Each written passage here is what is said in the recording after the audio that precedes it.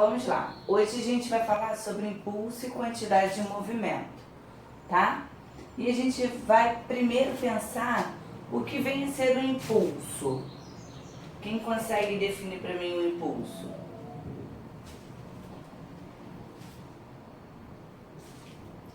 Bom, pelo título, né? Aqui, pelo subtítulo, a gente já Seria o resultado de consegue... uma força aplicada?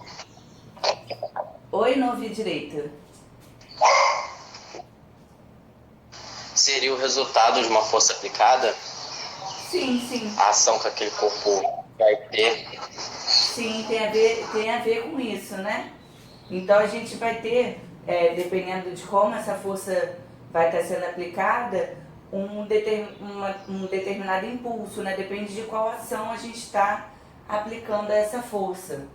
Então a gente já viu que impulso está diretamente relacionado à força, né? Então, por exemplo, quando eu faço força contra o chão, eu estou o quê?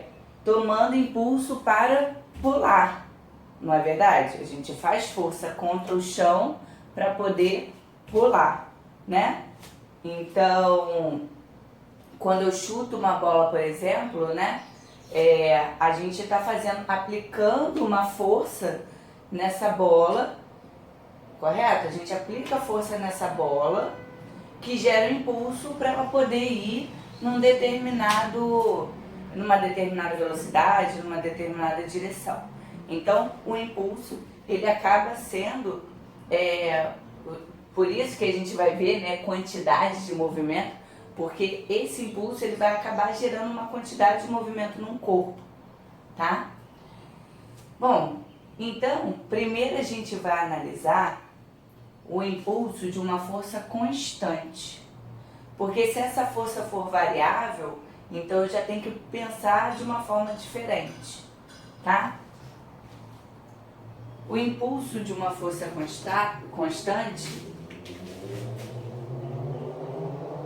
ele é dado pela força vezes o intervalo de tempo, tá? Então, se eu aplicar uma força grande durante um intervalo de tempo grande, eu vou ter um grande impulso, tá? Então aí a gente tem o impulso igual a força vezes intervalo de tempo, tá? Isso daqui é uma grandeza vetorial, né? Então a gente põe aqui as setinhas e eu vou nomeá-las.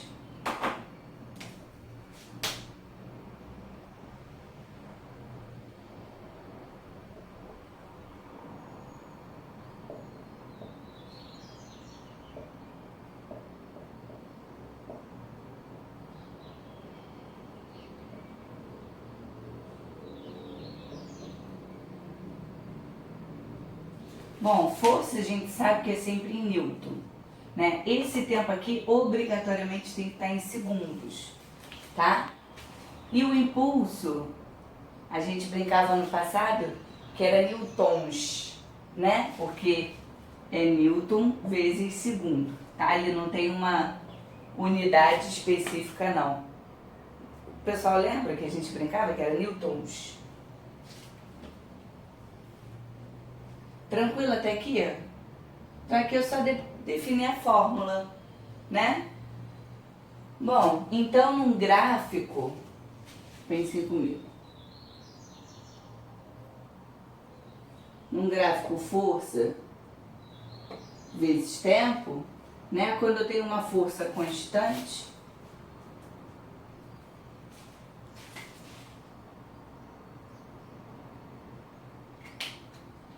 aí se eu analisar de intervalo de tempo tal até tal,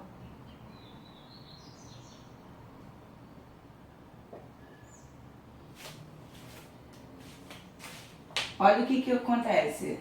Eu não tenho que a fórmula do impulso é força vezes intervalo de tempo? Então, se eu pensar na área desse gráfico aqui, ó, eu não vou ter essa força, né, essa força aqui, nesse intervalo de tempo aqui, né, porque seria base, ou seja, uma base ΔT, né, vezes a altura, que é a intensidade da força. Então a gente observa que o impulso está diretamente relacionado à área de um gráfico, né? Então, se a minha força ela não for constante, se a minha força ela for variável, o meu impulso ele pode ser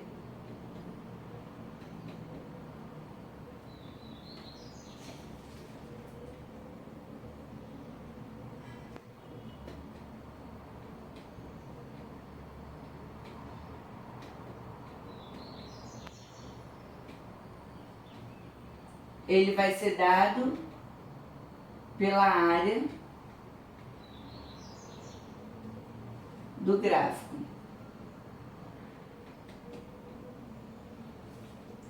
Tranquilo? Então observem que eu só vou poder utilizar essa fórmula aqui se a minha força ela for constante. Se a minha força não for constante, eu não posso calcular pela área do gráfico, utilizar essa fórmula, até porque você vai ter diferentes valores para F, tá? Então, você vai ter que fazer pela área do gráfico, tá bom? Tranquilo até aqui? Sim. Sim, professora, sim. Tá.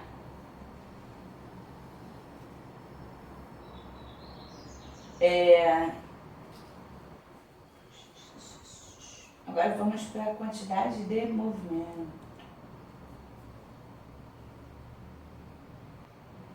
Olha que não precisa não. Vamos lá, quantidade de movimento.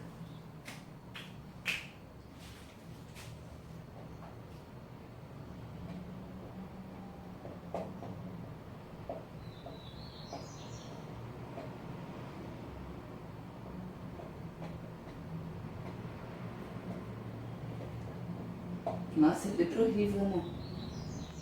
Acho que eu tô com preguiça de escrever. Vamos lá. Então, primeiro eu já comecei falando, né, que o impulso ele vai estar relacionado a uma certa quantidade de movimento que eu vou estar gerando, tá? Mas antes de relacionar o impulso com a quantidade de movimento, eu vou fazer uma análise somente da quantidade de movimento. Bom, a quantidade de movimento, em alguns livros, é chamado de momento linear, tá? Ou momentum.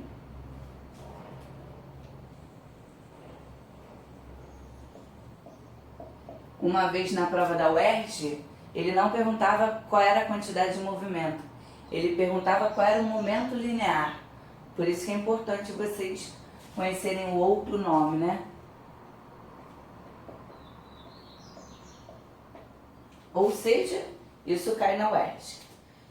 Bom, então vamos parar e pensar no que vem a ser uma quantidade de movimento, né? Eu sei que se eu pegar uma bola, né, pesada e aplicar uma força nela, né, a quantidade de movimento que ela vai gerar vai estar relacionada com com a velocidade que eu vou estar aplicando a esse corpo, correto? Então, uma bola que é levinha, né, eu consigo que ela vá numa velocidade boa, né? Eu consigo aplicar uma grande velocidade nela. E se a bola é leve e eu aplico uma velocidade grande, a quantidade de movimento, né, no sentido literal mesmo, o quanto, né, de movimento que vai estar sendo gerado por esse corpo, acaba sendo grande. Agora, se eu tenho uma bola que é pesada, né, eu acabo não conseguindo aplicar uma grande velocidade nesse corpo. E, consequentemente, essa bola ela vai rolar por muito tempo? Ela vai ter uma quantidade de movimento muito grande? Não, né? Você acaba diminuindo a quantidade de movimento. Então, observem que eu estou falando que a quantidade de movimento está relacionada com a massa do corpo, tá? e também está relacionada com a velocidade que esse corpo ele vai estar sendo, que ele vai estar gerando no corpo. Tá dando para entender?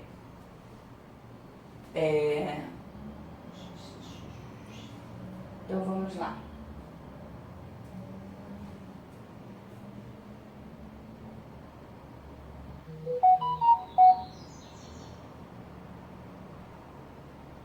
Então vamos lá.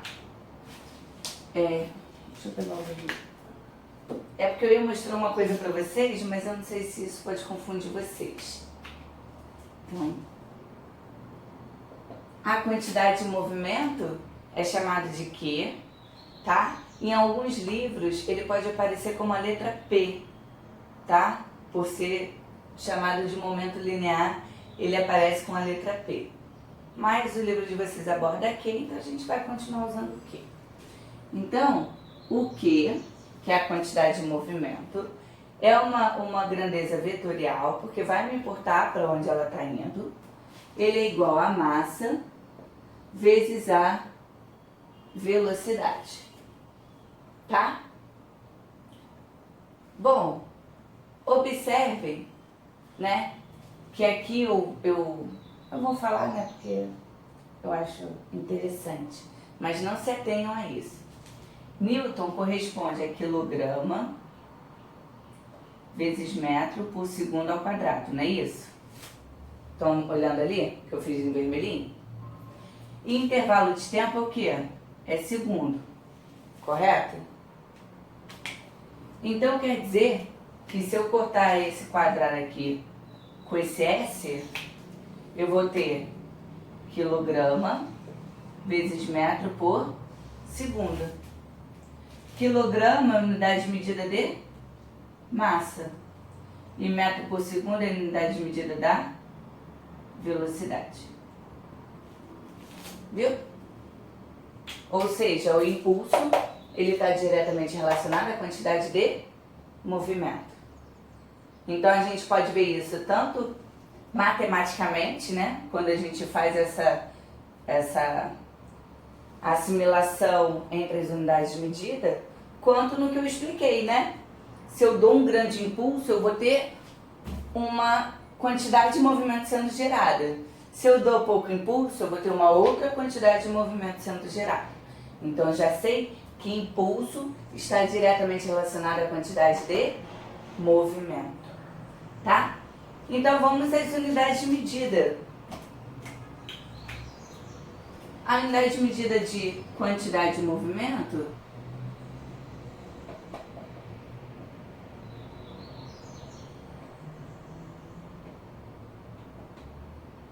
não é uma unidade específica. É quilograma vezes metro por segundo, tá? Aqui é a massa. Tem que estar em quilo. E aqui a velocidade em metro por segundo. Professora? Oi? Qual é a outra letra que a senhora falou que pode representar a quantidade de movimento? P. É um P minúsculo, tá? Tá.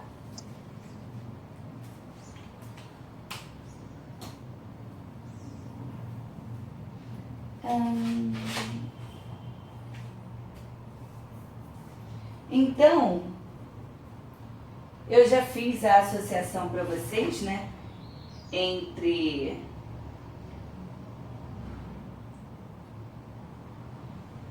alguém olhou a matéria dessa semana já que eu postei lá na plataforma?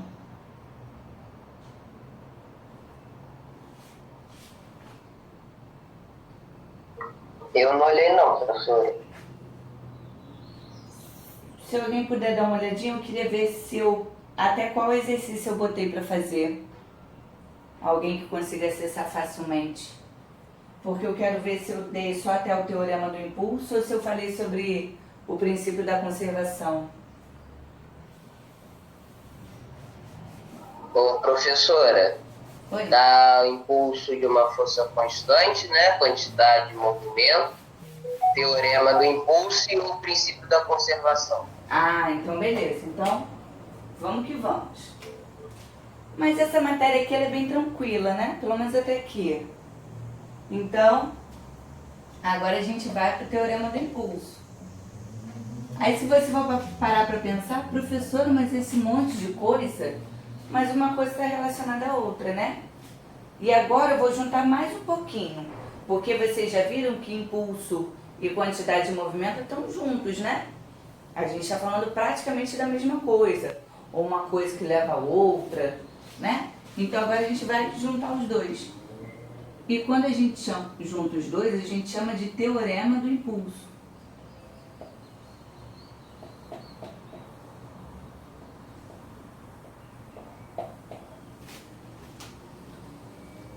Bom, logicamente, né, quando eu tenho uma quantidade de movimento, eu posso ter uma quantidade de movimento no início, porque no início eu tenho uma certa velocidade, e eu posso ter uma quantidade de movimento ao final, né, porque no final eu posso ter uma outra velocidade.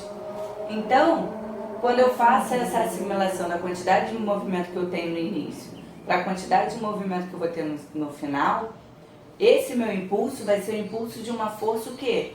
Resultante. Porque quando eu falo em resultante, né, eu já estou pensando em todo o meu problema. Então, o teorema do impulso, ele diz que o impulso de uma força resultante é igual à quantidade de movimento antes menos a quantidade de movimento... desculpa, é porque eu estou pensando já na conservação. A quantidade de movimento final menos a quantidade de movimento inicial, tá? Aí ele diz o seguinte: o impulso da força resultante no intervalo de tempo é igual à variação da quantidade de movimento no mesmo intervalo de tempo.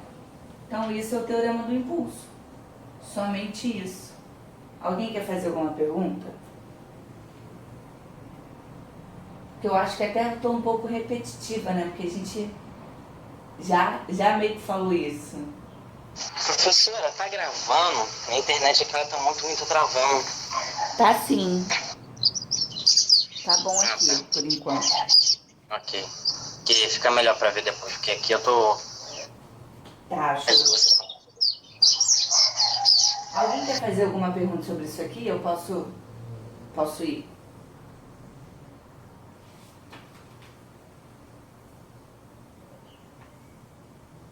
Pode ir, professora. Então, vamos para o último tema de hoje,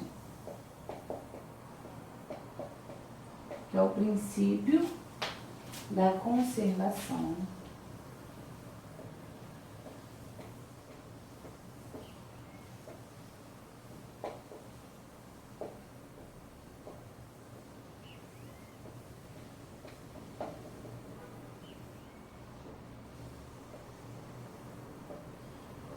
Pessoal, essa semana nós temos muito exercício na sexta-feira. Então, quem puder, já vai adiantando, tá?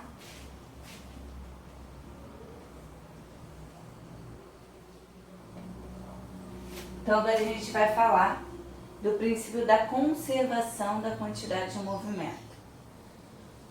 Bom, preste atenção numa coisa. Eu estou me referindo a uma conservação, né? Então, toda vez que eu penso em conservação, é porque nada se cria, tudo se transforma. Então, se eu tenho uma certa quantidade de movimento no início, mesmo que haja interação entre dois corpos, entre três corpos, né? Ao final, eu vou ter a mesma quantidade de movimento. Porque o movimento, a quantidade de movimento, por exemplo, isoladamente de cada corpo, quando eles interagiram, apenas houve a troca dessa quantidade de movimento. Estão me entendendo? Então, eu posso associar também, para ficar um pouquinho mais claro para vocês, num jogo de sinuca, né? Quando você tá com uma bolinha, aí a gente tem várias ocasiões, né? Eu tenho ocasião onde eu tenho uma bola parada e essa bola que eu taquei fez com que a minha ficasse parada e a outra seguisse. Então no início, né, vamos pensar comigo. No início a minha bolinha tinha uma quantidade de movimento e a outra bolinha tinha outra. Quando eu toquei uma bolinha na outra, né, ao final essa bolinha tem uma quantidade de movimento e a minha vai ter outra. Ou seja, houve apenas uma troca, uma interação entre essas bolinhas. Professora, isso ocorre de forma real? Sim, porque a deformidade, né, a perda que poderia ocorrer seria muito pequena. É lógico que a gente depende de inúmeros fatores, como por exemplo a resistência, o atrito que a gente teria numa mesa, por exemplo, tá? Então pode ocorrer, se a gente conseguir minimizar o máximo possível, né, o atrito, e a resistência do ar não é tão grande assim, quando a gente pensa no movimento horizontal, então isso pode ocorrer sim, né? Dessa conservação, ela ser praticamente total, tá? Então a gente vai ter, a gente viu isso daqui, ó, impulso da força resultante. Então eu sei que, como é que eu posso explicar? O impulso que eu tenho antes vai ser igual ao impulso que eu tenho depois, tá? Então eu vou ter isso daqui, ó.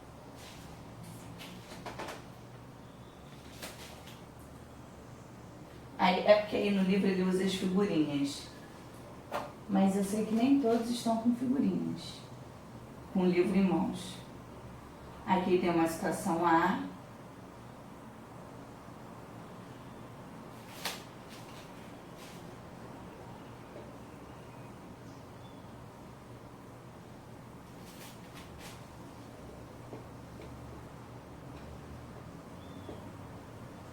Aí depois a situação B.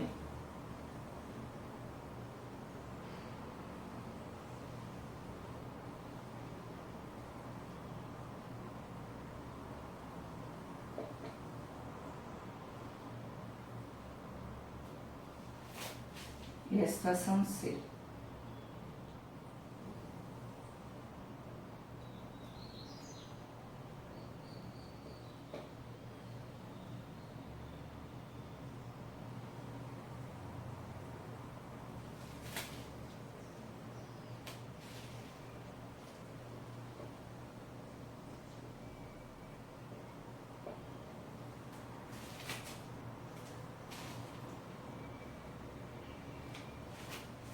Bom, então essas duas bolinhas estão vindo para cá, sendo que a velocidade de A é maior do que a velocidade de B, tá?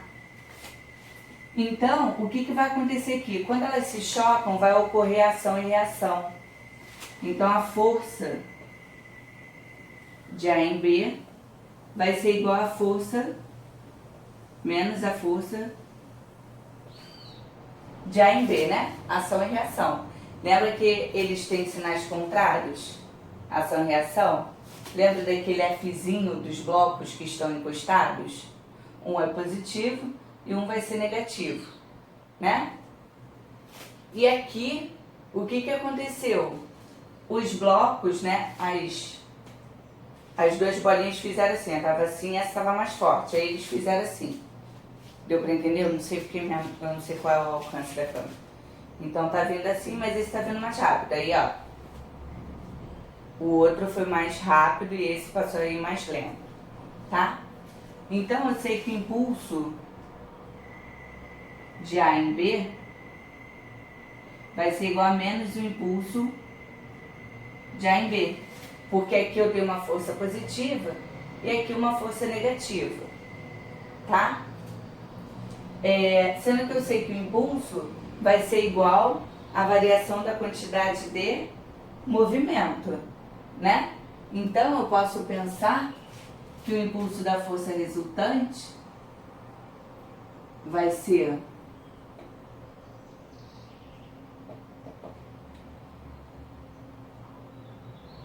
a massa de A vezes a velocidade de A inicial, tá? Mais a massa de B vezes a velocidade de B. Inicial não, final, desculpa. Menos a massa de A, velocidade inicial de A,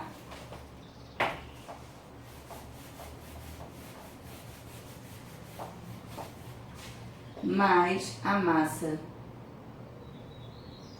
de B vezes a velocidade de B. Até aqui foi?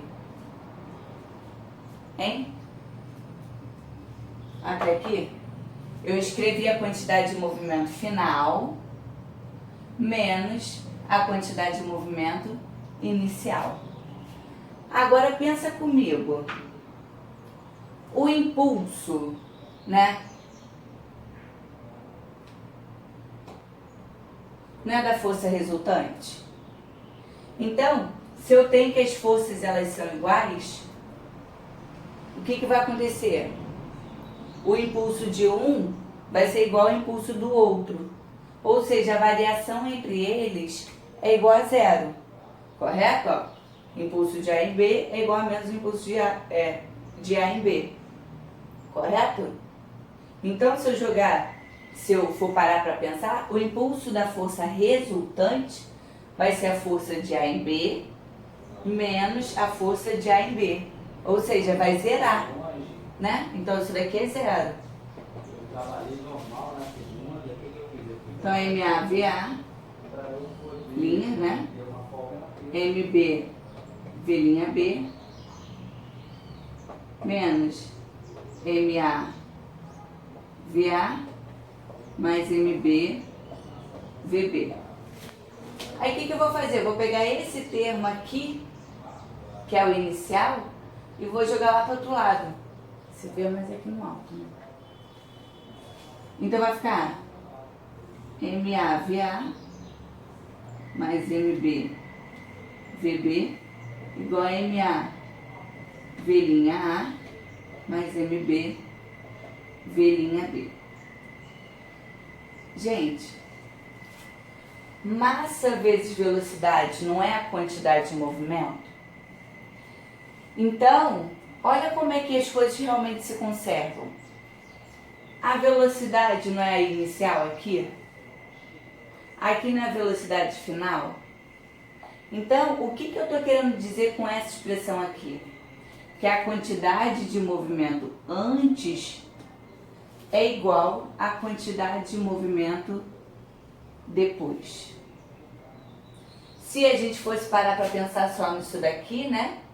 Se o impulso da força resultante é igual a zero, eu passo esse Q0 para o lado de lá e ele fica positivo. E eu chego ao mesmo raciocínio, que a quantidade de movimento antes é igual à quantidade de movimento depois. Professora, mas antes do que e depois do que? É antes do choque e depois do choque. No momento do choque, não me interessa muita coisa não. A gente vai ver lá em choques, tá? Qual vai ser o efeito desse choque aí?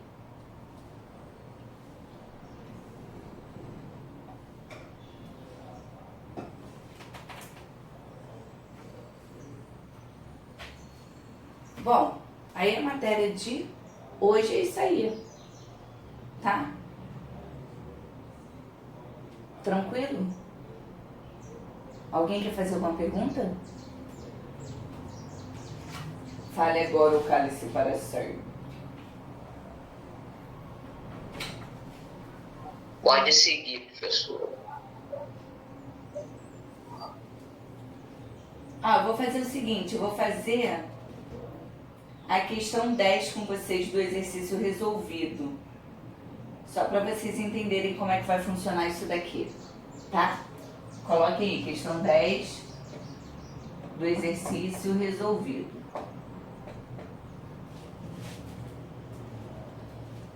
Ele diz o seguinte: duas bolinhas de argila A e B de mesma massa M deslocam-se com velocidade de mesma direção e sentidos de módulos 3 e 1. Então, observem que esse termo velocidade aqui, ele é vetorial. Então, quando eu disser que eles têm sentidos opostos, um vai ter que ser positivo e o outro vai ter que ser negativo. O exercício ele não vai te dizer, você que vai ter que construir isso. Então, primeiro ele diz, né, que MA é igual a MB, que eu vou chamar apenas de M. Então ele diz que as massas são iguais. Aí ele diz, né, que VA tem módulo 3 metros por segundo e VB tem módulo de 1 metro por segundo. Correto até aqui?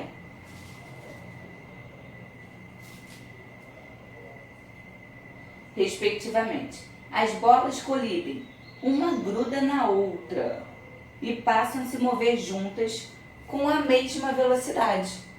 Então observem, tá? Que no final, o final chama velocidade de linha, tá vendo?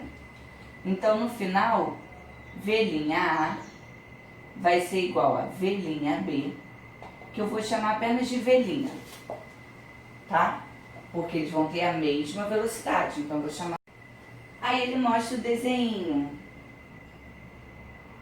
Ah não, desculpa, ele falou que é a mesma direção e sentidos, né? Eu li oposto, sei lá por quê. Aí ele tira esse desenho aqui, ó.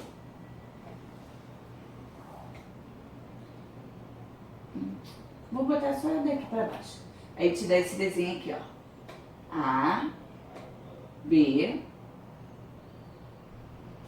Aí depois ele dá aqui, ó, A e B grudadinhos, indo para lá. É esse o esquema que você tem. Então aqui você já consegue ver que eles têm a mesma direção e sentidos. Aí ele quer saber qual o valor do V'. Como é um sistema conservativo, que antes vai ser igual ao que depois. Que antes é MA, aí eu vou escrever isso daqui tudo, ó.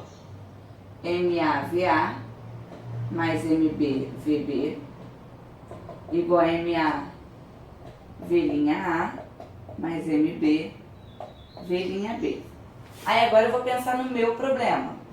As massas são iguais, então eu vou chamar todas elas de M, tá?